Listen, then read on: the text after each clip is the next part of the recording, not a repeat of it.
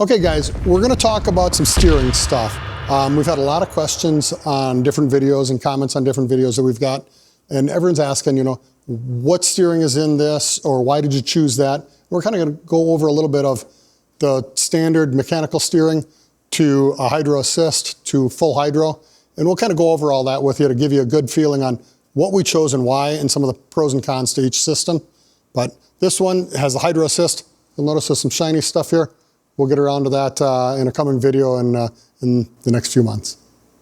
So we're here working underneath our big white 1-ton XJ. This is one you've seen in a bunch of different videos. And this is one we're getting a lot of comments about, what is our steering system? So what we've got in this is we used a PSC system, which we really like the PSC stuff. It's really easy to install. It works really well. This stuff is engineered to work well together. Then we couple that to a bracket that we make for the orbital mount. So that just mounts right into your factory holes where the steering gearbox bolted in. And from there, it just fits. All you need to do is bolt it up, and the PSC orbital mount will bolt right to the bracket, and our sector shaft will bolt right to that orbital mount. So you don't need to re-engineer it. You're just going to come in, bolt it in, you're ready to go. So we use that, and we chose the double-ended ram on this because we wanted to run a triangulated 4-link system on it. And that's going to get us basically keep our axle where we want it as best we can. And that's going to allow us to not have to have any type of track bar on it. We don't have to have a drag link. We're all hydraulic. It gives us the ability to push the axle back or forward, move it back, whatever we want, without having to worry about a steering linkage getting in the way. And it is the absolute best as far as power. When we're wedged up, we can take these big 42-inch tires, we're going to be wedged up against a rock, and as we turn the wheel, super easy, it's actually going to move that rock, or it's going to slide the Jeep. It's going to move no matter what we want it to do. One of the drawbacks to the full hydro, though, you get it on the road, and they're not quite as predictable as a mechanical linkage. Especially out at highway speeds, it tends to be a little bit sensitive, so a little bit of steering input, all of a sudden, now you're kind of darting a little left or a little right. So it's not the most pleasant to drive. It drives just fine, but you're not going to want to daily drive that thing with the full hydro. That's where we're going to look to do either just an upgraded mechanical system, or we're going to do a hydro assist on something that's spending a lot of time on the highway. But this one just works awesome with this big 2.5-inch ram on it.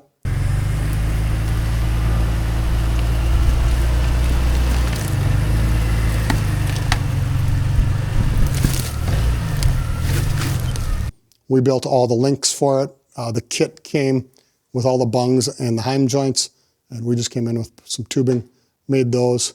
The hoses are field serviceable, so you're going to cut those to length, you're going to route them. If you kind of take a look at our routing, we did a really good job of making sure that routed away from everything so we don't pinch anything when it's cycling through the suspension. Thanks, Patrick, you did a great job. But it's really important to make sure you've got enough room for the suspension to droop all the way, and that extra hose is kind of laid some direction so it doesn't catch on a control arm, catch on a rock, catch on a drive shaft, something like that tears it up.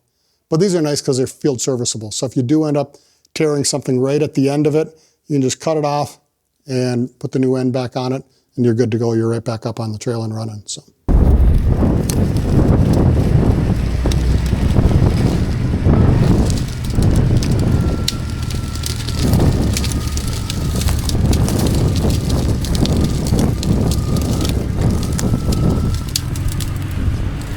Using the rock sliders just for a second.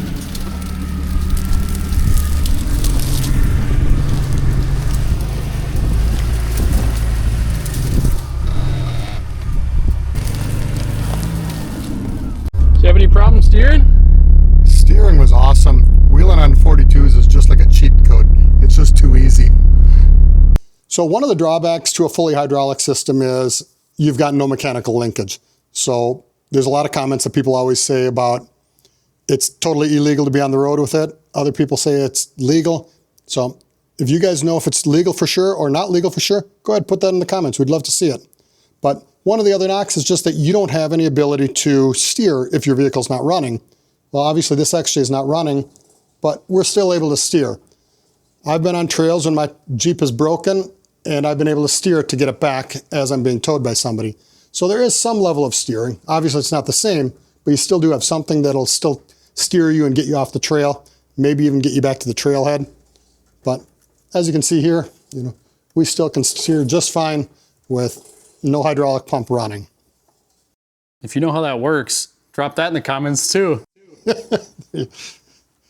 So we dropped the Jeep back down to the ground to just show you that we still do have some ability to turn the wheel. I'm not saying it's easy, but it does still turn even with the engine off, full hydro. And we could do another example if you want, but I've personally been towed back off the trail when my engine wasn't running, and it still works. So there's still something there. Obviously not ideal, but it's not completely leaving you dead in the water at that point. A couple other things you're going to get with the PSC kit. You're going to get a new heavy-duty pump, heavy-duty aluminum pulley on that. All the hoses that run up to the power steering cooler up in the front, that's going to be all preformed, so those are super easy to install. That cooler's massive. That's going to give you a lot of cooling capacity. And then you look at the size of your aluminum reservoir. You got a ton of capacity in there. It's going to be a great heat sink for it as well. So it works really, really well. Works nice to have you enough capacity in there and keeps it cool for you. That's the biggest thing. You got to keep that stuff cool for it to work effectively. So we're back onto the smaller XJ. This one's another white XJ, of course. And this one has still got the Dana 30 under it, but this one is only run a 37-inch tire, so we just didn't need that much steering capacity. So what we did is we did a hydro assist on this one. Same thing, another kit from PSC. You'll notice the ram is smaller, the hoses are smaller, even our mounting systems are smaller. They just don't need that level of beef that big ram's got to have. But this works great for a daily driven vehicle because with this hydro assist, you can still do everything that you do normally. It's just that when you're off in the rocks, this is actually going to help to keep those tires moving. What ends up happening, you get a big 40 or 42-inch tire wedged up in the rocks, or when you put that front locker on, you no longer can steer. Even at a 35 or 37-inch tire, with that locker engaged, you're going to find yourself having a heck of a time to steer. This hydro assist really solves that. It works great. It's not the same as a full hydro, but it's going to be really, really nice. I kind of look at it like the hydro assist is much like adding a rear locker to your rig. Man, it works great. It really gives you good improvement in performance, but you'll still notice there's some spots where it's not perfect. Then you go to the full hydro system, and that to me is kind of like having two lockers, and that thing works really great. There's very little drawback to it from off-road performance, but it does lack when it comes to on-road performance. That's where this hydro assist really shines. But you can also check out both of the build series on this white XJ with the 37s and the big white 1-ton XJ with the 42s. We did a full build series on both so we can answer a lot of your questions.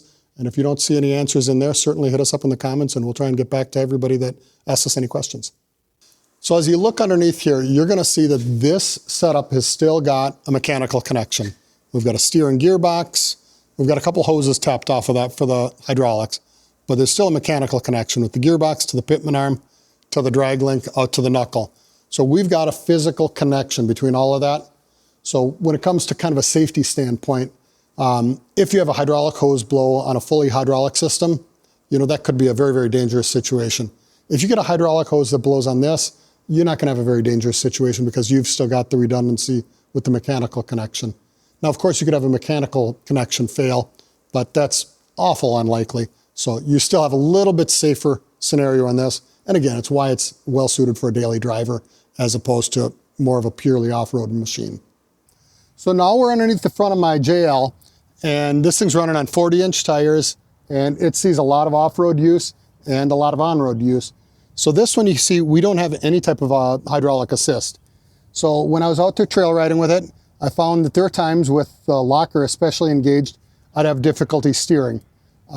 We took the JL and we did the Apex steering boost kit. So we upped the pressure, which helped a lot.